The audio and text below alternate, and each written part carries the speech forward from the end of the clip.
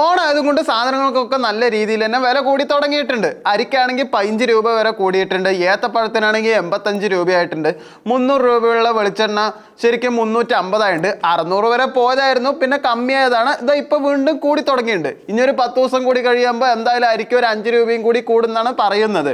സാധാരണക്കാരൻ്റെയും അടുക്കള ബഡ്ജറ്റൊക്കെ ശരിക്കും പറഞ്ഞാൽ ഇപ്പോൾ താറുമാറായിട്ടുണ്ട്. പക്ഷെ ഒന്ന് ചകഞ്ഞ് ആലോചിച്ചപ്പോഴാണ് എനിക്കൊരു കാര്യം മനസ്സിലായത്. ഇത് ശരിക്കും പറഞ്ഞാൽ ബിസിനസ്സുകാർക്ക് ഗുണം തന്നെയല്ലേ? കാരണം ഇന്നലെ ഞാൻ തേങ്ങ വിറ്റപ്പോൾ എനിക്ക് കിലോയ്ക്ക് 52 രൂപയ്ക്കാണ് എനിക്ക് വിൽക്കാൻ പറ്റിയത്. അത് ഞാൻ ഹോൾസെയിൽ മാർക്കറ്റിലാണ് കൊണ്ടുപോയി കൊടുത്തത്.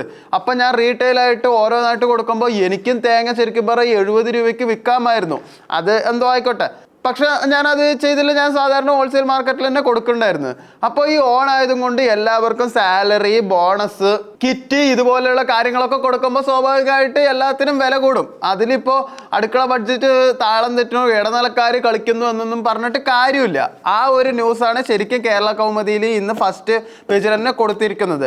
പിടിവിട്ട് ആവശ്യ സാധന വില എന്നാണ് പറഞ്ഞിരിക്കുന്നത്. അരിക്ക് ഒരു മാസത്തിനിടയ്ക്ക് 15 രൂപ കൂടിയെന്നും പറഞ്ഞിട്ട് ആന്ധ്ര മില്ലിൽ എന്തായാലും അരി പൂഴ്ത്തി വെക്കുന്നു എന്നാണ് പറഞ്ഞിരിക്കുന്നത്. പഞ്ചസാരയ്ക്കും വെളിച്ചെണ്ണയ്ക്ക് പഴത്തിനും വില കൂടിയിട്ടുണ്ടെന്ന് പറയണത്. ഏത്തപ്പഴത്തിന് എന്തായാലും 85 ആയിട്ടുണ്ട്. ഞാലിപ്പൂവനൊക്കെ 100 രൂപയും ആയിട്ടുണ്ട്. പക്ഷെ ഹോൾസെയിൽ മാർക്കറ്റിൽ പോകുമ്പോൾ ഇത്രയൊന്നും വില കാണുന്നില്ല. പക്ഷെ പേപ്പറിൽ ഇങ്ങനെയാണ് എന്തായാലും കൊടുത്തിരിക്കുന്നത്. പോരാത്തതിന് ഓരോരോ അരിൻ്റെ വിലയും കൊടുത്തിട്ടുണ്ട്. സൂര്യയ്ക്കൊക്കെ 42 48 എന്ന് പറഞ്ഞിട്ടുണ്ട്. മട്ടരിക്ക് 49 59 രൂപയായി എന്ന് പറഞ്ഞിട്ടുണ്ട്. പൊന്നി അരിക്ക് 60 75 രൂപയായി എന്നാണ് ഇതിലിപ്പോൾ പറഞ്ഞിരിക്കുന്നത്. ഏകദേശം എല്ലാവരുടെയും വാങ്ങാൻ പോകുമ്പോൾ ഈ ഒരു വില തന്നെയാണ് കാണുന്നത്. അപ്പോൾ അതിനെതിരെ അനൂപ് ജേക്കബ് ഭക്ഷ്യമന്ത്രി എന്താ പറഞ്ഞിരിക്കണമെന്ന് വെച്ചാൽ സപ്ലൈകോയിലൂടെയും നമ്മൾ ഔട്ട്ലെറ്റിലൂടെയും റേഷൻ കടയും വഴി നമ്മൾ എന്തായാലും 26 രൂപയ്ക്ക് അരി കൊടുക്കുന്നു എന്നാണ് പറഞ്ഞിരിക്കുന്നത്. അത് ശരിയാണ്. ഞാനും മിഞ്ഞാന്ന് റേഷൻ കടയിൽ പോയപ്പോൾ നമ്മുടെ കാർഡിന് എന്തായാലും അരിയും ഗോതമ്പും കൂടി വാങ്ങിയപ്പോൾ ഒരു 50 രൂപയൊക്കെ തന്നെ ആയിട്ടുണ്ടായിരുന്നുള്ളൂ. അടുത്തുള്ള ഒരു ചുവന്ന കാർഡുള്ള ഒരാൾക്ക് 18 രൂപയ്ക്ക് അരിയും ഗോതമ്പും കൊടുക്കണമുണ്ട്, മട്ടരി തന്നെ കൊടുക്കണമുണ്ട്. അതെന്തായാലും നല്ലൊരു കാര്യമാണ്. 10 കിലോ അരിയും 2 പാക്കറ്റ് ഗോതമ്പും 18 രൂപയ്ക്ക് കിട്ടുന്നത് ചെറിയ കാര്യമൊന്നുമല്ല. അപ്പോൾ അതൊക്കെ എന്തായാലും നന്നായി സഹായിക്കുന്നുണ്ട്. നിങ്ങൾക്ക് ഇങ്ങനെ കുടുംബ ബഡ്ജറ്റ് താളം തെറ്റുണ്ടെങ്കിൽ നിങ്ങൾക്ക് ആ വഴിയും സ്വീകരിക്കാം. പിന്നെ വേറൊരു ന്യൂസ് എന്താ വെച്ചാൽ ഒറ്റപ്പെട്ട മഴയ്ക്ക് സാധ്യത വീണ്ടും ഉണ്ട് എന്നാണ് പറയുന്നത്. കണ്ണൂർ, കാസർഗോഡ് ജില്ലകളിലും പത്തനംതിട്ട, കോട്ടയം, ഇടുക്കി ജില്ലകളിലും യെല്ലോ അലേർട്ട് എന്തായാലും പ്രഖ്യാപിച്ചിട്ടുണ്ട്. എന്തായാലും ഉണ്ടാവും എന്നാണ് പറയുന്നത്. പിന്നെ എല്ലാ ന്യൂസിലും നമ്മുടെ മെസ്സിയെ പറ്റിയിട്ട് പറഞ്ഞിട്ടുണ്ട്. പിണറായി കൈവിട്ടു, കുരുക്ക് അബ്ദുറഹ്മാൻ എന്ന് പറഞ്ഞിരിക്കണം. അതായത് മെസ്സിയെ കേരളത്തിൽ കൊണ്ടുവരും പറഞ്ഞിട്ട് റിപ്പോർട്ടർ ചാനലൊക്കെ നല്ല ആഘോഷമായിരുന്നല്ലോ. എന്നിട്ട് മെസ്സിയും വന്നില്ല, ആരും വന്നില്ല. പക്ഷെ മെസ്സിന്റെ പേരിൽ എന്തായാലും 126 കോടി രൂപ തട്ടി. അതിലെന്തായാലും മുഖ്യമന്ത്രിക്കും പങ്കുണ്ട് എന്നുള്ള രീതിയിലുള്ള ഒരു ന്യൂസാണ് എല്ലാ പേപ്പറിലും ഉള്ളത്. അപ്പോൾ മുഖ്യമന്ത്രി ഇപ്പോൾ നൈസായിട്ട് തടി തപ്പി എന്നാണ് പറഞ്ഞിരിക്കണം. എന്തായാലും അതിനും EDന്റെ കേസ് എന്തായാലും അന്വേഷിക്കാൻ എന്തായാലും ഉത്തരവിട്ടുണ്ട്. എക്സ്ട്രാ ലോജിസ്റ്റിക്കിൻ്റെ കേസ് എവിടെ ആയിട്ടില്ല. ഇനിയാണ് അടുത്ത കേസ് വരുന്നത്. ഇനി അടുത്ത എന്തായാലും ലാവലിംഗ് കേസും പിന്നെയും കുത്തിപ്പൊക്കും തന്നെയാണ് തോന്നുന്നത്. ഇങ്ങനെ പോയാൽ എന്തായാലും അകത്താകുമെന്ന് തോന്നുന്നത്. എന്തായാലും അകത്താവില്ല, അത് വേറെ കാര്യം. പക്ഷെ ഇങ്ങനെ വെള്ളം കുടിപ്പിക്കും. അതുപോലെ തന്നെ വേറൊരു ന്യൂസാണ് FCRI ഭേദഗതി ബില്ല് GPSC എന്ന് പറയും. അത് അത്യാവശ്യം ബിസിനസ്സുകാർക്ക് മാത്രമേ മനസ്സിലാവുള്ളൂ. എന്താ സംഭവിച്ചാൽ നമ്മൾ വിദേശ സംഭാവനകൾ നന്നായിട്ട് സ്വീകരിക്കാറില്ലേ, അതിനെന്തായാലും നിയന്ത്രണം ഏർപ്പെടുത്തിയിട്ടുണ്ട് എന്നാണ് പറയുന്നത്. കാരണം ബില്ല് അമിത്ഷായാണ് സാധാരണ ഈ ബില്ല് അവതരിപ്പിക്കാറ്. പക്ഷെ അമിത്ഷാ ഇല്ലാത്തതുകൊണ്ട് എന്തായാലും കേന്ദ്ര സഹമന്ത്രിയാണ് ഈ ബില്ല് അവതരിപ്പിച്ചിട്ടുണ്ടായിരുന്നത്. അപ്പോൾ അതിനെന്തായാലും കോൺഗ്രസ്സുകാർ എതിർത്തു എന്നാണ് പറയുന്നത് ഇതിൽ.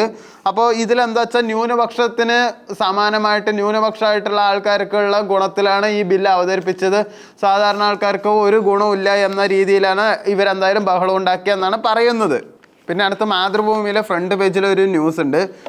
മൂന്നാറിൽ പനി ബാധിച്ചിട്ട് ഒരു 75 വയസ്സുകാരനെ ചുമരിലേറ്റിയിട്ട് കാട്ടിലൂടെ 4 മണിക്കൂർ നടന്നിട്ടാണ് താഴെ എത്തിച്ചതെന്നാണ് പറയുന്നത്. ജീവൻ രക്ഷിക്കാൻ ഇടമലക്കൂട്ടിൽ നിന്ന് വീണ്ടും സാഹസിക യാത്ര എന്ന രീതിയിലാണ് പറയുന്നത്. എനിക്ക് ഒന്നേ പറയാനുള്ളൂ, ശരിക്കും പറഞ്ഞാൽ നിങ്ങൾ കാട്ടിൽ പോയിട്ടൊന്നും വീട് വെക്കരുത്. കാട് അത് ശരിക്കും പറഞ്ഞാൽ മൃഗങ്ങളുടെ സ്ഥലമാണ്. അവിടെ കയ്യേറ്റം ചെയ്ത് വീട് വെക്കുമ്പോൾ ഇതുപോലെ എന്തെങ്കിലും അസുഖം വന്നാൽ പെട്ടെന്ന് എമർജൻസിയിൽ ആശുപത്രിയിൽ എത്തിക്കാൻ പറ്റില്ല. വണ്ടി ഉണ്ടാവില്ല, ഉണ്ടെങ്കിൽ തന്നെ അവിടെ എത്തും ഉണ്ടാവില്ല. നിങ്ങൾക്കൊരു സാധനം വാങ്ങാൻ പറ്റില്ല, ആരായിട്ട് ബന്ധം ഉണ്ടാവില്ല, സോഷ്യലൈസ് ഉണ്ടാവില്ല, നിങ്ങൾ ഡിപ്രഷനിൽ പോകുന്നല്ലാണ്ട് വേറെ ഗുണം ഉണ്ടാവില്ല. നല്ല വായു നല്ല വെള്ളമൊക്കെ കിട്ടുകയായിരിക്കും, പക്ഷെ അതൊരു ഗ്രാമപ്രദേശത്ത് ഇരിക്കണം നല്ലതാണ്. ഇതുപോലെ കാട്ടിലൊക്കെ വീട് വെച്ച് എങ്ങനെയാലും മഴയാണ്, ഉരുളൊക്കെ എവിടുന്ന പൊട്ട് എന്താ പൊട്ടുകയെന്നറിയില്ല. നേരെ ഉറങ്ങിക്കൊണ്ടിരിക്കുമ്പോൾ പിന്നെ മണ്ണ് വീണു എന്നല്ലാണ്ട് വേറെ ഒന്നും ഗുണം ഉണ്ടാവില്ല. അതുകൊണ്ട് ഈ കാട്ടിൽ വീട് വെക്കണമെന്ന് അത്ര നല്ല കാര്യമല്ല. പോരാത്തതിന് കാടിൻ്റെ നിയമങ്ങൾ പ്രത്യേകം ഇടയ്ക്കിടയ്ക്ക് മാറിക്കൊണ്ടിരിക്കുന്നു. കാടിൻ്റെ ചുറ്റളവിലുള്ള 10 കിലോമീറ്ററുള്ള എല്ലാ സ്ഥലവും കാടായിരിക്കും എന്ന രീതിയിൽ കേന്ദ്ര സർക്കാർ ഒരു ഉത്തരവ് പുറപ്പെടുവിച്ചു. പക്ഷെ അത് കേരളത്തിൽ മാത്രം നടന്നില്ല. കാരണം കേരളത്തിൽ മിക്കവരും കാട്ടിൽ വീട് വെക്കാറുണ്ട്. അതുകൊണ്ടാണ് അത് കേരളത്തിൽ നടക്കാണ്ടിരുന്നത്. പക്ഷെ ബാക്കി എല്ലാ സംസ്ഥാനത്തും അത് നടന്നിട്ടുണ്ട്. അത് കേരളത്തിൽ നടന്ന നിങ്ങളുടെ വീട് അത് കാട് ഏറ്റെടുക്കും, അത് പൊളിച്ചു കളയും, നിങ്ങൾ അവിടുന്ന് ഇറങ്ങേണ്ടി വരും. ഇങ്ങനെയുള്ള പ്രശ്നങ്ങളൊക്കെ ചിലപ്പോൾ ഉണ്ടായി എന്ന് വരും. അടുത്തൊരു മെയിൻ ന്യൂസാണ്, ചെന്നൈ വിമാനത്താവളത്തിൽ കൊൽക്കത്തയിൽ നിന്ന് വന്ന ഒരു ഇൻഡിഗോ വിമാനം പെട്ടെന്ന് ഇറക്കിയത്ര. കാരണം എഞ്ചിൻ തകരാറിലായതുകൊണ്ട് അത്ര പെട്ടെന്ന് ഇറക്കിയത്. ആദ്യമായിട്ടാണ് കുറച്ച് നല്ലൊരു ന്യൂസ് കാണുന്നത്. കാരണം എഞ്ചിൻ തകർന്നിട്ട് വിമാനത്തിൽ എല്ലാവരും മരിച്ചു എന്ന രീതിയിലൊക്കെ ന്യൂസ് സാധാരണ കാണാറുള്ളത്. ഇതെന്തായാലും അങ്ങനെയൊന്നും നടന്നിട്ടില്ല. അതൊരു ന്യൂസായിട്ട് ഇവിടെ കൊടുത്തിട്ടുണ്ട്. അപ്പോൾ ശബരിമലയിലെ സ്വർണ്ണ കൊള്ള കഴിഞ്ഞിട്ട് ഇപ്പോൾ നെയ്യിൻ്റെ കൊള്ളയാണ് നടക്കണതെന്ന് എല്ലാവരും അറിഞ്ഞിട്ടുണ്ടാവുമല്ലോ. അപ്പോൾ ആ നെയ്യ് കൊണ്ടുപോയ ട്രാക്ടറിൻ്റെ രേഖകൾ ഇപ്പോൾ കാണാനില്ല അത്രേ പറഞ്ഞു. ഒന്നാമത് നെയ്യ് കിട്ടില്ല. കാരണം നെയ്യും കൊണ്ട് എല്ലാ സാധനവും ഉണ്ടാക്കി കഴിഞ്ഞിട്ട് ആൾക്കാർ അത് തിന്ന് കഴിഞ്ഞിട്ടുണ്ടാവും. ഇനി നെയ്യ് എവിടെ ഉണ്ടെന്ന് തപ്പിയിട്ട് കാര്യമില്ല. തെളിവുണ്ടെങ്കിലല്ലേ അത് കട്ടവനെ എന്തായാലും പിടിക്കാനും പറ്റുള്ളൂ, അറസ്റ്റ് ചെയ്യാനും പറ്റുള്ളൂ. അപ്പോൾ നെയ്യ് കൊണ്ടുപോയ ട്രാക്ടറിനും രേഖകളൊന്നും ഇല്ല എന്നാണ് പറയുന്നത്. അതെന്തായാലും കാണാനുമില്ല. എന്തായാലും ഈ കേസ് എവിടെ എത്തില്ല എന്നുള്ളത് ഇപ്പോൾ ഇത് നിങ്ങൾക്ക് മനസ്സിലായിട്ടുണ്ടാവും. അടുത്ത ജന്മഭൂമിയിലെ ഒരു ന്യൂസാണ്. ഇന്നലെ കർക്കിടക വാവായിരുന്നല്ലോ. അപ്പോൾ കുറേ പേര് ബലി അർപ്പിച്ചിട്ടുണ്ടായിരുന്നു. അത്യാവശ്യം ഞങ്ങളുടെ നാട്ടിൽ ഐവർ മഠത്തിലും തിരുനാവായയിലും ഒക്കെ നല്ല തിരക്ക് തന്നെയായിരുന്നു. ഈ തിരുനാവായയിൽ ഇന്നലെ മുസ്ലിം ഭീകരർ ബോംബ് വെക്കാൻ പദ്ധതി ഇട്ടിട്ടുണ്ടായിരുന്നു എന്നാണ് ഒരു ന്യൂസ് ഇതിൽ കൊടുത്തിരിക്കുന്നത്. മലപ്പുറത്ത് പിടിക്കപ്പെട്ട വൻ സ്ഫോടക വസ്തു ശേഖരം മാങ്ക മഹോത്സവത്തെ ഭീകരർ ലക്ഷ്യമിട്ടിരുന്നതായി സൂചന.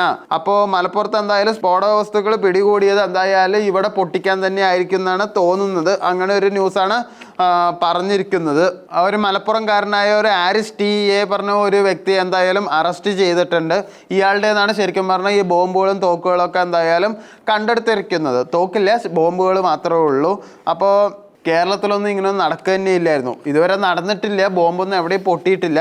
പക്ഷെ പൊട്ടുന്നതിന് മുമ്പ് എന്തായാലും പിടിച്ചിട്ടുണ്ട്. പക്ഷെ ഇതുപോലെ തീവ്രവാദ ചിന്തയുള്ള ആൾക്കാരൊക്കെ കേരളത്തിൽ ഉണ്ട് എന്നുള്ളത് ഇപ്പോൾ ഇവിടുന്ന് നമുക്ക് മനസ്സിലാവുന്നുണ്ട്. എന്തായാലും ഈ ആരിസിൻ്റെ വീട്ടിൽ 89,600 ഡിറ്റനേറ്റർ സ്റ്റിക്കുകൾ, അതുപോലെ തന്നെ 10,500 നോൺ ഇലക്ട്രിക് ഷോക്ക് ട്യൂബുകൾ എന്നിവ എന്തായാലും കണ്ടുപിടിച്ചിട്ടുണ്ട്. അതായത് ബോംബ് ഉണ്ടാക്കുന്ന എക്യുപ്മെന്റ്സ് ആണ് ശരിക്കും ചെയ്തിരിക്കുന്നത്. പിന്നെ മാതൃഭൂമിയിലെ ഒരു മെയിൻ ന്യൂസാണ്, വിരമിക്കൽ സൂചന നൽകി മെസ്സി. ഇപ്പോൾ മെസ്സിയുടെ അച്ഛൻ മരിച്ചതിൻ്റെ ഒരു ഓർമ്മയുടെ വികാരമായിട്ട് പങ്കുവെച്ചതിൻ്റെ ഒരു ഇതാണ്, അതിൻ്റെ ഒരു പ്രയാസമാണ് എന്നൊക്കെ പറഞ്ഞിട്ടുണ്ട്. കൂടുതലിന് സ്പോർട്സ് പേജ് കാണുക എന്നും കൂടി പറഞ്ഞിട്ടുണ്ട്. രതൻ ടാറ്റ മരിച്ചതിന് ശേഷം ടാറ്റ ഗ്രൂപ്പ് എന്തായാലും ശരിക്കും പറഞ്ഞാൽ അമ്മിളി പറ്റിയിരിക്കുകയാണ്. എല്ലാവിടെയും അടിയിടി മാത്രമേ ടാറ്റ ഗ്രൂപ്പിൽ ഉണ്ടായിട്ടുള്ളൂ. രതൻ ടാറ്റ കൈപിടിച്ച് ഉയർത്തിയ എൻ ചന്ദ്രശേഖരും രാജിവെച്ചു എന്നുള്ള ഒരു ന്യൂസാണ് എന്തായാലും ബിസിനസ് പേജിൽ കൊടുത്തിരിക്കുന്നത്. ശരിക്കും പറഞ്ഞാൽ ചന്ദ്രശേഖർ ശരിക്കും പറഞ്ഞാൽ ടാറ്റേനെ നന്നായിട്ട് ഉയർത്തിയിട്ടുണ്ട്. കാരണം ഇദ്ദേഹം വന്നതിന് ശേഷമാണ് 3.3% ടാറ്റേൻ്റെ എല്ലാ ഷെയർസിനും കൂടുതൽ ഷെയറുകൾ എന്തായാലും കിട്ടിത്തുടങ്ങിയ. ടൈറ്റാൻ ആണെങ്കിലും തനിഷ്ക് ഭാഗ്യയാണെങ്കിലും അങ്ങനെ ടാറ്റൻ്റെ ഏത് പ്രൊഡക്റ്റ് ഉണ്ടോ എല്ലാത്തിനും ഒരേപോലെ ലാഭം വന്നു തുടങ്ങിയത് ചന്ദ്രശേഖരൻ വന്നതിന് ശേഷമാണ്. രതൻ ടാറ്റ ഒന്നും ഉണ്ടാക്കിയെന്നല്ല, രതൻ ടാറ്റ പോയതിന് ശേഷം ശരിക്കും പറഞ്ഞാൽ രതൻ ടാറ്റ മരിച്ചതിന് കുറച്ച് മുമ്പായിട്ട് അദ്ദേഹം ശരിക്കും പറഞ്ഞാൽ ബിസിനസ്സിൽ നല്ല മാറി നിന്നപ്പോൾ തന്നെ ഡൗണായി. പക്ഷെ ആ ഡൗണായ ബിസിനസ് ഉയർത്തിക്കൊണ്ടുവന്ന ചന്ദ്രശേഖർ തന്നെയായിരുന്നു. എന്തായാലും അദ്ദേഹവും ഇപ്പോൾ രാജിവെച്ചിട്ടുണ്ട്.